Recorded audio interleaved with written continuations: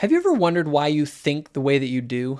For example, you probably just take it as a given that human beings have rights, that slavery is wrong, that men and women deserve equal treatment. You probably just assume that all human beings have equal dignity and worth. You probably were taught these ideas growing up or absorbed them from your society. But why does society in the Western world think like this? The noted historian and author Tom Holland, who also happens to be an atheist, recently discussed how he became a historian, and he specifically focused on the history of ancient Greece and Rome in the classical world, and what happened as he studied that history and began to ask those questions about where did his ideas come from. Tom, thank you for coming back. Pleasure, Dan, as ever. I mean, I am not alone. I was not alone in thinking you were a bit eccentric. Tom Holland, the genius writer, the man who's beguiled millions of readers all over the world, desperate they all were for you to finish your massive task of your lifetime, which is writing the great history of the Roman Empire in the West. And yet you took all this time out to write this kind of crazy book about Christianity. I was not alone in thinking you were crazy, and I was completely wrong, because it's a work of genius. Tom Holland, thank you for joining us on the programme today. Tell us where your interest in the whole classical age really began. You've sort of been doing this all of your adult working life, haven't you? Well, it goes right the way back to childhood, and I was the kind of child who loved dinosaurs. I liked them because they were big and they were fierce and they were glamorous and they were extinct. And my interest I suppose, in the Roman army and then by extension the Roman is of Empire. A similar nature. Well, yes. it was a seamless movement from Tyrannosaurus Rex to Caesar. And so the kind of the glamour and the beauty and the power and the cruelty of the Greeks and the Romans I found very appealing. Yeah. And in contrast to that, although I went to Sunday school and I was very, very interested in biblical history as well, I found them all a bit po-faced, kind of. I didn't like their beards. I preferred kind of the clean-shaven look of Apollo, And so in a way, I was kind of seduced by the glamour of Greece and Rome, I suppose. And so the first books I wrote about of history were about Greece and Rome. Mm-hmm. And in many ways, the appeal particularly, I think, of Rome is that in certain ways they do seem very like us. So you were talking about Cicero's letters. And this is a man who, is worrying about property prices. He's worrying about the weather. He's bitching about Sounds people. Very British, doesn't he? Yeah, so in all kinds of ways, he seems very familiar. Yes. But the more you live in the minds of the Romans, and I think even more the Greeks, the more alien they come to seem, the more frightening they come to seem. And what becomes most frightening, really, is a kind of quality of callousness that I think is terrifying because it is completely taken for granted. There's a kind of innocent quality about it. Nobody really questions it. And what sort of form did that take? Well, if we're in the age of Cicero, Cicero's great contemporary Caesar is, by some accounts, slaughtering 1 million Gauls and enslaving another 1 million in the cause of boosting his political career. And far from feeling in any way embarrassed about this, he's kind of promoting it. And so when he holds his triumph, people are going through the streets of Rome carrying billboards, boasting about how many people he's killed. And this is a really terrifyingly alien world. And the more you look at it, the more you realize that it is built on systematic exploitation. Mm-hmm. So the entire economy is founded on slave labor. Right. The sexual economy is founded on the absolute right of free Roman males to have sex with anyone that they want, any way that they like. And in almost every way, this is a world that is unspeakably cruel to our way of thinking. And so this worried me more and more. And it was kind of like, I was thinking, well, I'm clearly not, as I'd vaguely imagined, the heir of the Greeks and the Romans in any way, really. And so where am I coming from? And it was like a kind of itch, you get on your back and you can't find it. And this was then enhanced for me by then writing a book about late antiquity and the emergence of Islam from the late religious the religious and imperial context of late antiquity, and again finding in Islam a profound quality of the alien. That there were aspects of Islam that were very familiar, but there were many aspects of it that again seemed deeply, deeply alien. So here we have an atheist historian realizing that he can't relate to the people of ancient Greece and Rome or to the ancient Islamic world. And I would venture to say that if we look at the ancient Mayan cultures, ancient Polynesian culture, ancient Chinese culture, ancient Viking culture, we would find the same thing that he's talking about. Human civilization for thousands of years had a commonality in its brutality and viewing human beings through the class lens, which is the opposite of our modern worldview that recognizes the universal humanity, dignity, and equality of rights that all people are entitled to. So what changed? And I began to realize that actually, in almost every way, I am Christian. And I began to realize that actually, Paul, although in many ways he seems a much less familiar figure than Cicero, the kind of urbane man with his property problems. Paul never had any property; he just made tents. Yes. That in almost every what is it, seven, that is the seven letters that are People conventionally people ascribed to absolutely him. accept that, and as Tom Wright was saying, this is not a very lengthy amount of writing, but compacted into this very, very small amount of writing was almost everything that explains the modern world. Well, the Western world, as we take for granted. Yes, but also the way that the West has then moved on to shape, concepts like international law, for instance. So concepts of human rights, all these kind of things. Ultimately, they don't go back to Greek philosophers. They don't go back to Roman imperialism. They go back to Paul. Some of the humanists Paul really and atheists, his letters, I think, are, along with the four Gospels, the most influential, the most impactful, the most revolutionary writings that have emerged from the ancient world. This is a remarkable thing to say, that the New Testament is the most impactful and influential writings in the Western world, when you consider how much writing there is in the Western world. But if you listen to what he says and think about it, it's totally true. Listen as Tom describes this radical new Christian idea that exploded into the world. Why? Can you explain to me how revolutionary Christianity was in its early form? Well, I think that Paul, who is the earliest Christian sources, the letters written within a couple of decades of the crucifixion, he places at the heart of his message the idea that the Messiah has come, that he didn't come in martial glory to liberate the people of Israel from the Romans, but he was nailed to a cross and suffered death as a slave. And yet, this humiliating death has been experienced by Paul and by others like him as, in a blinding flash of revelation, that this is the beginning of a new covenant. And Paul says that this understanding of the crucifixion of a slave, the worst imaginable death, the most humiliating death, that in some way this has totally set the world on a new axis, that this is a stumbling block to the Jews and it is folly to everyone else. And it's a stumbling block to the Jews because, of course, the idea that the Messiah had basically been a failure is shocking.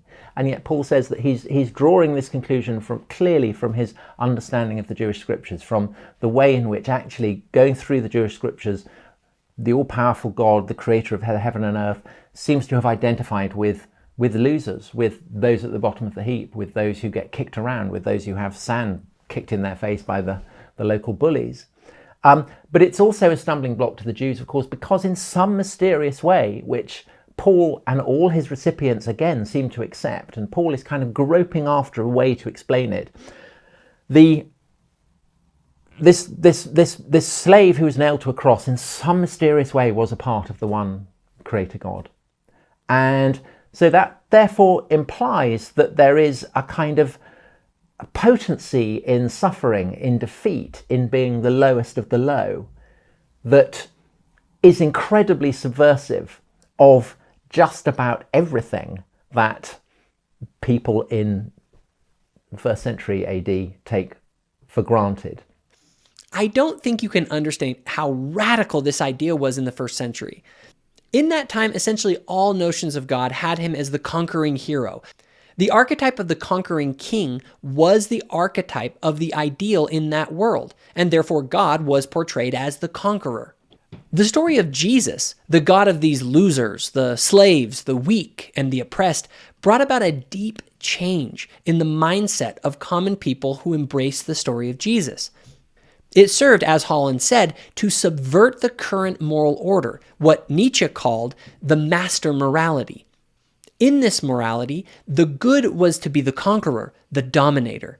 This new way that Christians brought of conceptualizing God granted a status to common people that implied that all people shared in a common dignity, which was a totally radical idea at that time. But are we overblowing this? Certainly ideas like democracy came from the Greeks, right? And wasn't it the Enlightenment that really launched the West into our modern era? You penned that article, I think it was for the New Statesman, where you said what I got wrong, Yeah. and you sort of came out, as it were, and said, as far as my values and background are concerned, I am a Christian. Yeah. It was interesting to see the response to that, because I saw lots of atheists and humanists saying, "Oh, hang on, democracy, that goes back to the Greeks. Don't pretend that Christianity gave us everything we're grateful for." But you honestly think that actually people simply haven't appreciated just how much we owe to Well, the Judeo-Christian? I think. If we're talking of Paul, I think of him as a kind of depth charge, deep beneath the foundations of the classical world, and it's not anything that you particularly notice if you're in Corinth or Alexandria, and then you start feeling this kind of rippling outwards, and by the time you get to the 11th century in Latin Christendom. This is a super interesting take on the impact of Paul and the New Testament narrative on history. I love that he calls Paul a depth charge under the foundation of the ancient Western world. I like to use the analogy of Paul dropping a little rock into the shoe of Western people. It's not super noticeable at first, and people go about their business as normal, but the ideas of Christ create a tension between the existing brutal dominance and power-oriented order of the world and the mind of anyone who embraces the idea of universal human dignity and brotherhood. Holland, as a historian, begins to see how slowly over time these ideas create moral tensions that inspire what he calls ripples of revolution. I think essentially what Paul's significance is that he sets up ripple effects of revolution throughout Western history. So the 11th century, where with the Papal Revolution, essentially it establishes this idea that society has to be reborn, reconfigured, that vested interests have to be torn down. And then the Reformation, what we call the Reformation, is a further ripple effect of that, and the Enlightenment is a further ripple effect of that. And Very interesting. It spilled out so much that now in the 21st century we don't even realise where these ripple effects are coming from. We just take them for granted. I can hear Tom Wright. You want to come in and comment just on thinking, this. I haven't actually read from cover to cover, but Stephen Pinker's two books where he's saying effectively. Well, I had him on the show quite recently. Oh, really? Yes, okay. on But he's saying, yes. Forget all that religion stuff. We invented the real world as it should be in the Enlightenment, and all we have to do is apply that more and more rigorously, and just kick that religion stuff into touch. And it's very interesting that some commentators have said, well, if that was going to be the case, it would work in America better than anywhere else. And look at America and what's actually happening, and you'll see that it doesn't. But I think I want to respond with what Pope Benedict said 10 years ago when he was speaking at the United Nations, when he said that the whole idea of human rights is absolutely rooted in the Judeo-Christian tradition. And if you try and get the fruits of that without the roots, all you'll get is the thing will collapse into shrill special interest rhetoric, everyone claiming the status of victim and Now, shouting when at I each other, had which is Stephen- exactly Stephen- where Well, we of are. course, but the power of victimhood is again something that is part of the revolutionary inheritance of Christianity. Yes. because that is the point of the crucifixion. And nobody in Caesar's world would have said, "Oh, I'm a victim, therefore I've got to be prioritized." So Paul calls it a scandal. But when I had absolutely. Stephen Pinker in the very chair Yes, you're yes. sitting in right now, Tom Wright, his response to this argument, which at this point was being put by Nick Spencer, who's written a very good book as well on the evolution of the West, making this very argument. His argument was, no, but, okay, Christians may have given us some good principles, but all we need to recognize is our universal humanity, that we're part of the same species, we're all sentient. That gives us every grounding we need for treating each other with dignity and human rights. And who thought like that in the first century? I mean, Paul talking about Adam and Christ, basically. So are you saying that kind of a belief doesn't simply emerge from a vacuum in a sense? Yeah, the idea of a universal humanness is something that actually, even in the 18th century, they struggled with. When missionaries went to America and came back arguing about whether the American Indians had souls or not. Right. Were they really the same species as us? And then John Wesley and George Whitefield and so on saying, no, these people have to be taught to love God like any of us. And so there's stuff going on there which is, again, rooted in the Christian and you're faith. part of the pushback on this in a way, aren't you? I mean, it seems to me that the most influential phrase for understanding why we have a notion of a kind of common humanity is in Galatians, where Paul says, that there is neither Jew nor Greek, neither slave nor free, neither male nor female, and there you have this idea that we are. Of course, he goes on to say in Christ Jesus, and that for the contemporary world is we just. That's the way people want to do without. Tom makes the compelling argument that people just don't realize how deeply Christian ideas have shaped the way Western people think and believe. Even notions like the religious versus the secular and the separation of church and state that came about from that originate in Christianity. Holland explains how Christianity, unlike other religions, established the seculum versus religio, or the secular versus the religious. To a cross is in some way coterminous with the one creator. This is the kind of the primal revolution. This is the primal earth shock. But further reverberations continue to ripple through history. And particularly the form that Christianity takes in the Latin West, where there is no emperor as there is in Constantinople. And so what happens in the Latin West in the early Middle Ages is that the church accrues a kind of growing sense of its own dignity. It emancipates itself from the idea that it is dependent on emperors or more specifically on a particular empire. So that when in 410 Rome is sacked and people who lament the passing of the old ways say that because we have abandoned the old gods, therefore the gods have abandoned Rome. Probably the most influential of the Latin fathers, Augustine, says no, we have the city of man, and that is ephemeral. It's bubbles on the flow of time. And he gives a word to this, saeculum, and the Latin word saeculum means the limit of living memory. So the flux, everything comes and it goes and it changes, and all of Roman power are merely winking bubbles on the flow of the saeculum. And he opposes to that the city of God, which is eternal and unchanging. And the only way that human beings can resist the flow of the saeculum is to secure a firm binding, bind themselves as closely as they can to this vision of unchanging eternity. And a binding in Latin is a religio. And it might be a sacrifice, it might be a festival, it might be a priesthood. But in the Christian world, where there can be only one religio comes to be, it comes to describe the process by which someone who particularly wants to consecrate him or herself to God, maybe as a monk, maybe as a nun, maybe as a hermit, that's what religio is. And so religio comes to be counterpointed to the flux of the saeculum.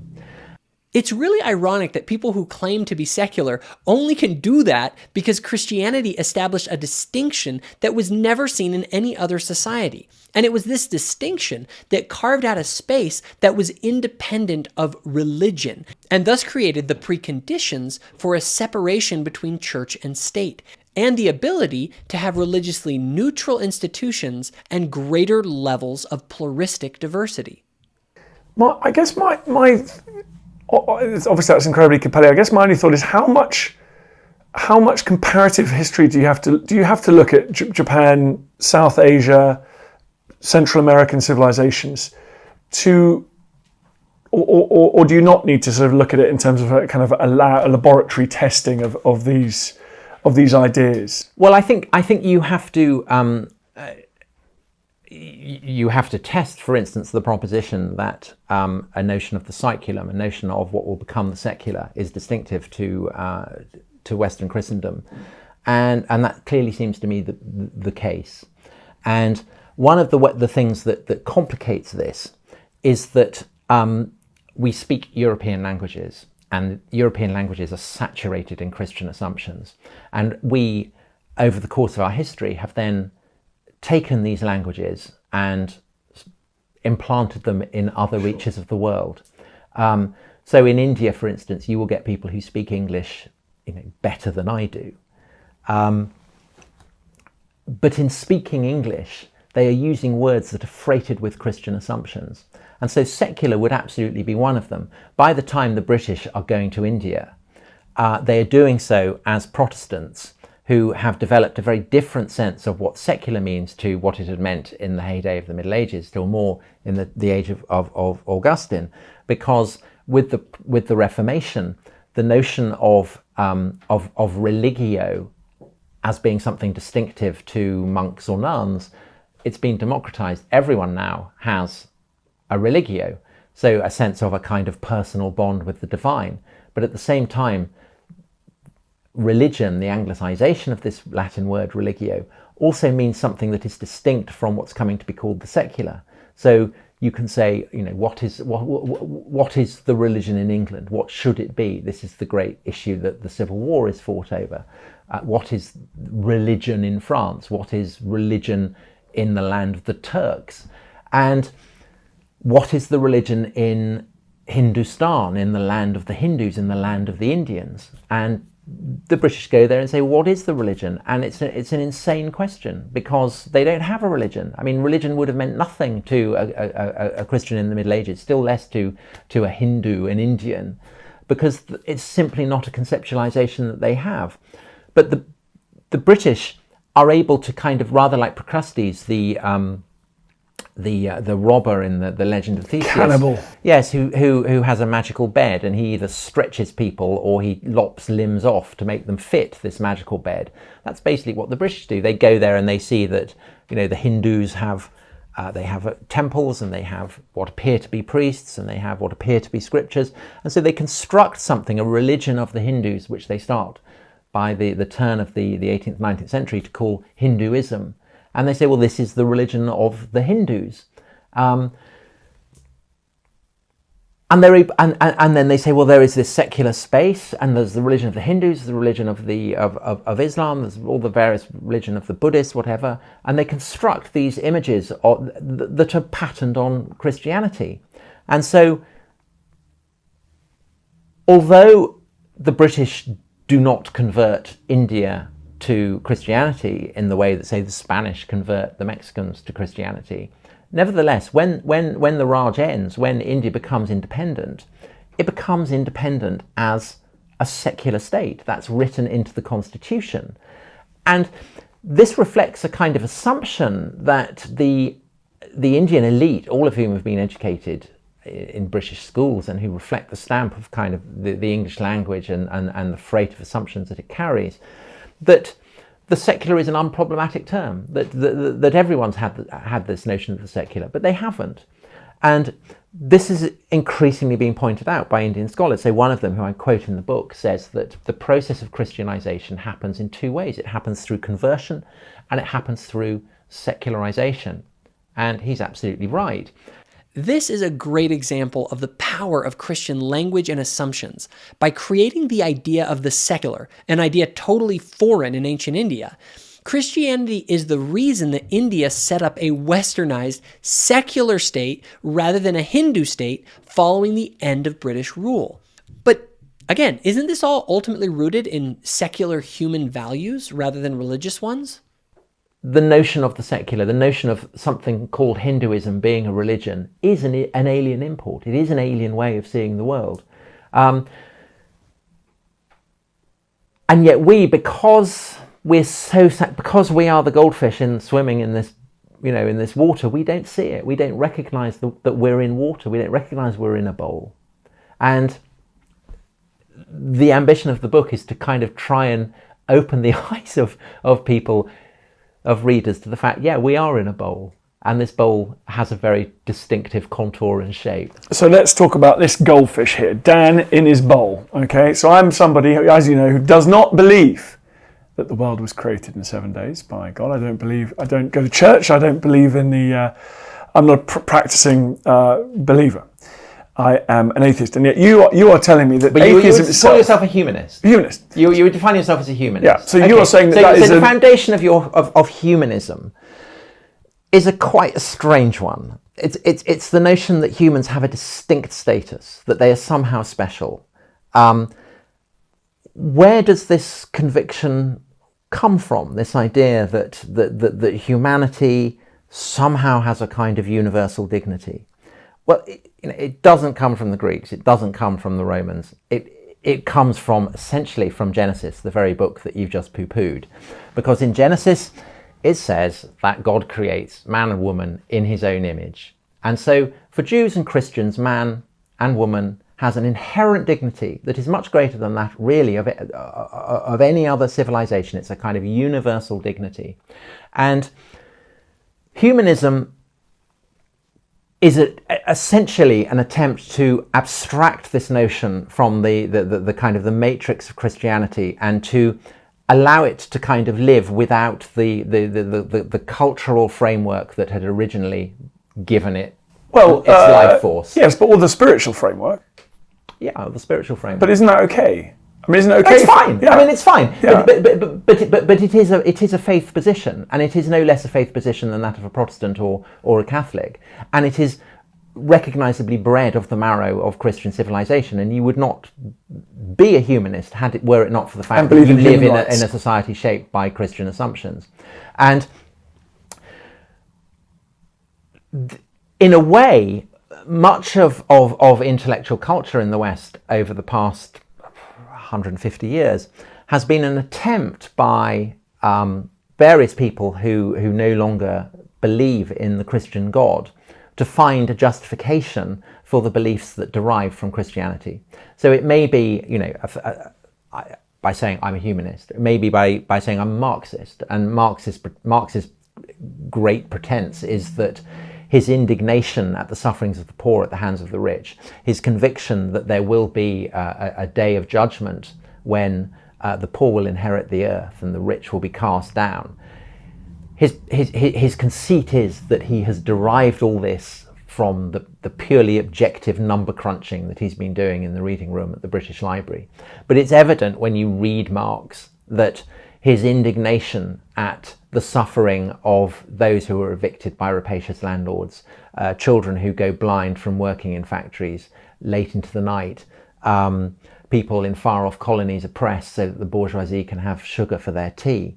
This is animated by something that goes way beyond his number crunching. This is animated by a deep moral conviction that the first shall be last and the last shall be first. And Marx, by virtue of his descent from a line of Jews who convert to Lutheranism, is clearly drawing on the moral inheritance of both Jewish and Christian teachings. And yet, if you become a Marxist, you can buy into this inheritance of teachings without actually having to buy into Christian belief. His observation that most of modern moral philosophy is people trying to hold on to their Christian moral inheritance, but without rooting it in Christian theology, is truly brilliant. People don't realize that it was the Christian tradition and that depth charge dropped by Paul and others via the New Testament that undergirds almost all of the way Western peoples morally orient themselves.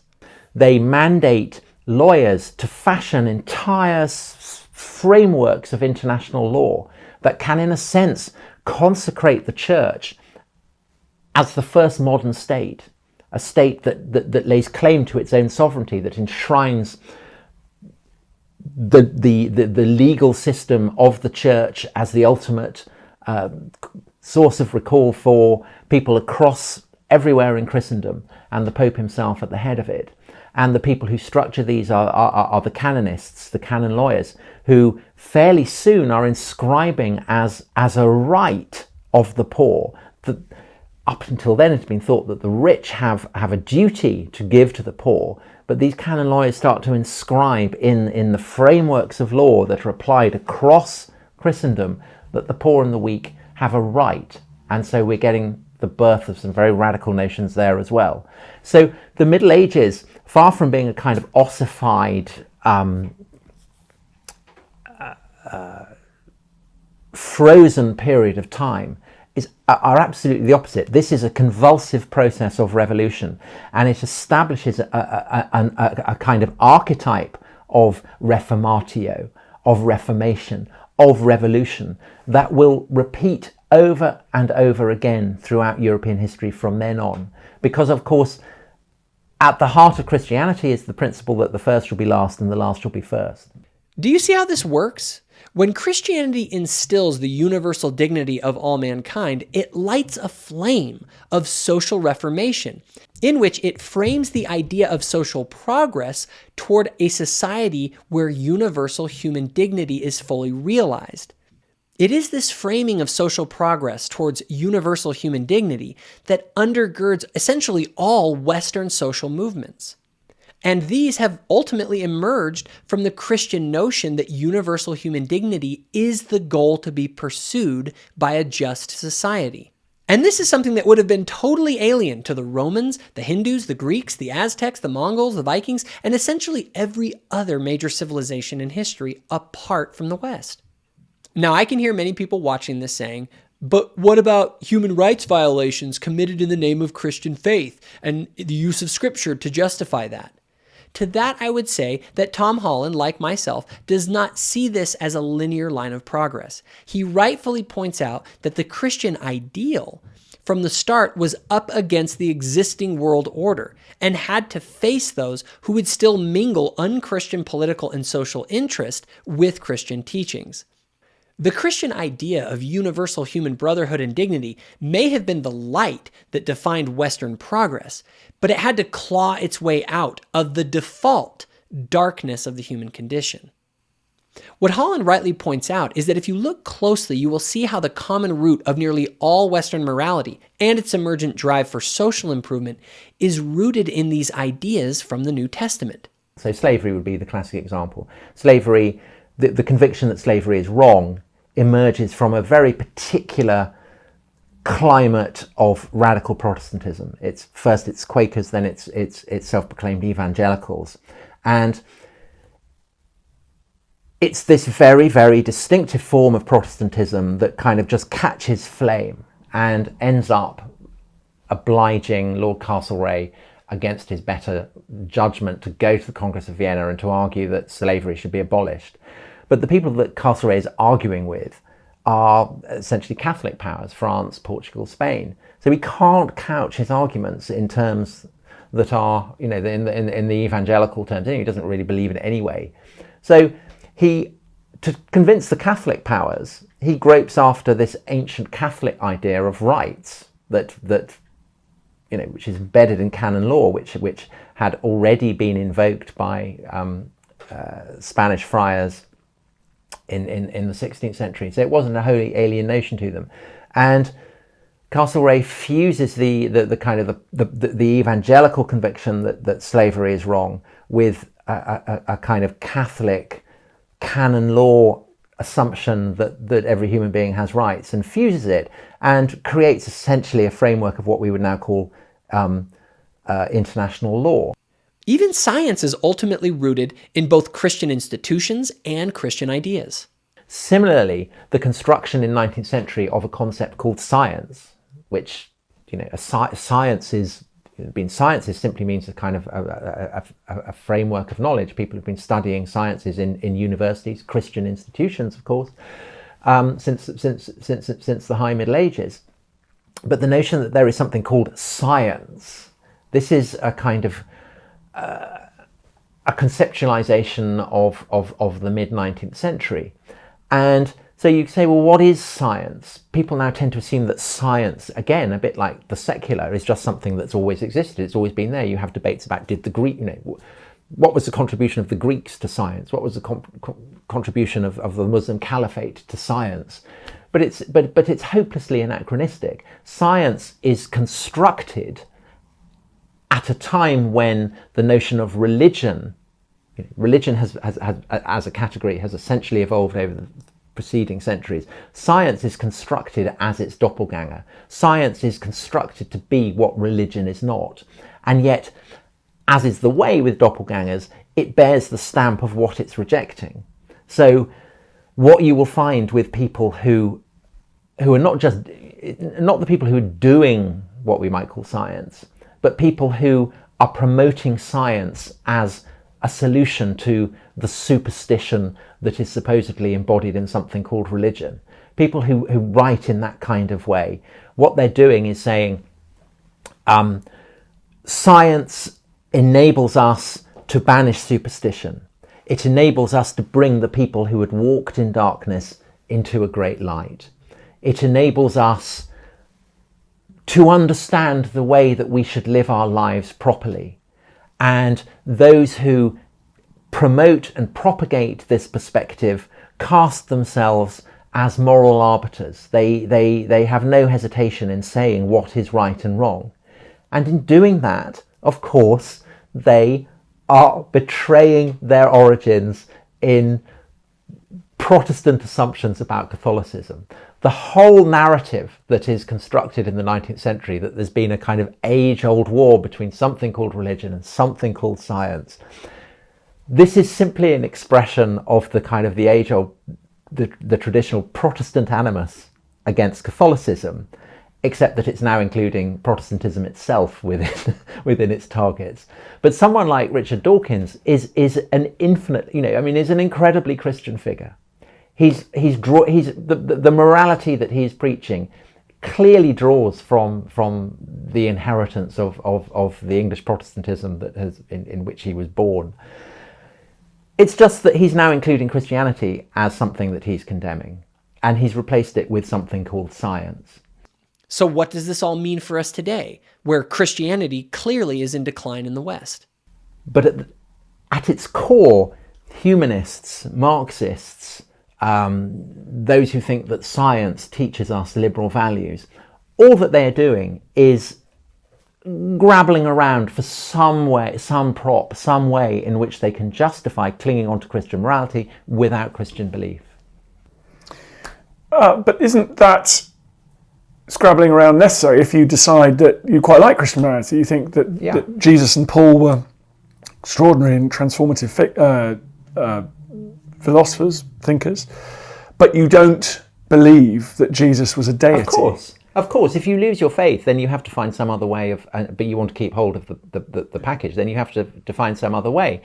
But the problem is that, as we know from the history of the 20th century, that actually if you get rid of Christian belief, then it becomes quite easy to get rid of the Christian values as well. And of course, the philosopher who famously points this out is Nietzsche. And Nietzsche's most famous parable is of the killing of God. And the person who proclaims that God is dead and that we have killed him, we, humanity, have killed him, at first is ignored. People don't believe him. Because although God is dead, his corpse lies in the cave, its shadows still seem to move. And so Nietzsche says that after a crime of such a scale, people will continue to believe that God is dead that God is alive for many centuries, even though in fact its corpse, it's cold, it's gone forever. And the object of this parable isn't so much believing Christians, people who continue to go to church and to believe that God exists and that Christ rose on the third day. Rather, it's the people that I've just been talking about. It's the humanists, it's the liberals, it's the socialists, it's the communists, it's the philosophers. It's people who imagine that they can cling on to Christian morality without Christian belief. And Nietzsche says that, this will go because a new order will arise and great process of convulsion, supermen will arise who will no longer need to be bound by this morality of a murdered God. And this, of course, was hugely influential in the wake of the First World War, first on Mussolini and then on the Nazis. And Himmler says, just as Dawkins or a Marxist or anyone might say, that there's nothing special about humans. You know, we're all just organisms. There's nothing special about humans. We're just animals like any other animal. And therefore, people who promote the idea that humans have there's anything special about humans are deluded. And that then provides the basis for the ideological justification for what he and the Nazis generally set out to do. And they set out very, very consciously to trample down two of the core Christian teachings. One, that all human beings, humanism essentially, that all human beings are created equal and have an equal dignity. And secondly, that the weak have a special status, a special hold, that the strong have a responsibility to the weak, that the powerful have a responsibility to the powerless. These are the two fundamental Christian teachings that the Nazis set themselves to repudiate with genocidal effect. Now, I want you to listen very closely to this next part. It's really interesting. Holland provides an example of how modern secular culture still holds on to its Christian ideas by embodying the Christian archetypes of hell and Satan in Nazism. And in the wake of the Second World War, in the wake of the Holocaust, in the wake of the elimination of those who are condemned by the Nazis as mentally or physically defective, in the wake of the murder of an entire races of people because they are assumed to be subhuman, in the post-war West, the experience of this is felt as such a shock, as such a blasphemy, that it imprints the Christian ideals that have been offended by the Nazis as ideals to be upheld that can be believed in without necessarily believing in the religion that had given them birth. And so rather than the devil, Hitler gets enshrined as the embodiment of purest evil. Rather than believe in hell, we have the image of Auschwitz. And we no longer need to articulate evil in an overtly Christian way because we have evil with flags and swastikas and black uniforms and louse-ridden people being herded into gas chambers before us. Is this not true? Look at the modern secular liberal person. For them, the greatest evil in the world is racism, and the embodiment of evil racism is Hitler. It's really fascinating what Holland's getting at here. The question we face, and I think it's one that recent events have brought very much into saliency, is whether that's enough. And we increasingly see that liberals, progressives, when they're confronted by people who may not necessarily agree with liberal principles or progressive principles, what recourse do liberals or progressives have to convince people that actually all human beings are equal, that the strong, the rich do have a duty of care to the weak and to the poor? Basically, they shout Nazi. And the question has to be, what happens when people turn around and go, yeah, and? Ooh, this is good. Do you see how the modern secular liberal assumes that the other person just automatically embraces their humanistic and therefore Christian assumptions? What happens if the world slips back into the assumptions of Romans or Aztec or social Darwinian assumptions? Because what we lack is the theological seedbed, the cultural seedbed, the seedbed of that enormous inheritance of Christian belief and practice and ritual that has sustained these beliefs for 2,000 years. If they're gone, can these beliefs be sustained? That's the huge question. And that's the question that Nietzsche in particular asked. And it's one to which I don't know the answer. This is truly the conundrum of our time. And what is really scary is how if we lose the principle of universal human dignity and brotherhood, how that leads us back into the tribal special interest groups competing for power, which is what we see in an increasing amount in the world today as we abandon our Christian roots. I will link the full interviews and Tom's book in the show notes, and I encourage you to follow his content on YouTube. If you enjoyed this video, give it a like and hit the subscribe button. Also, if you want more content, including the podcast, go to thoughtful-faith.com. Thanks for watching.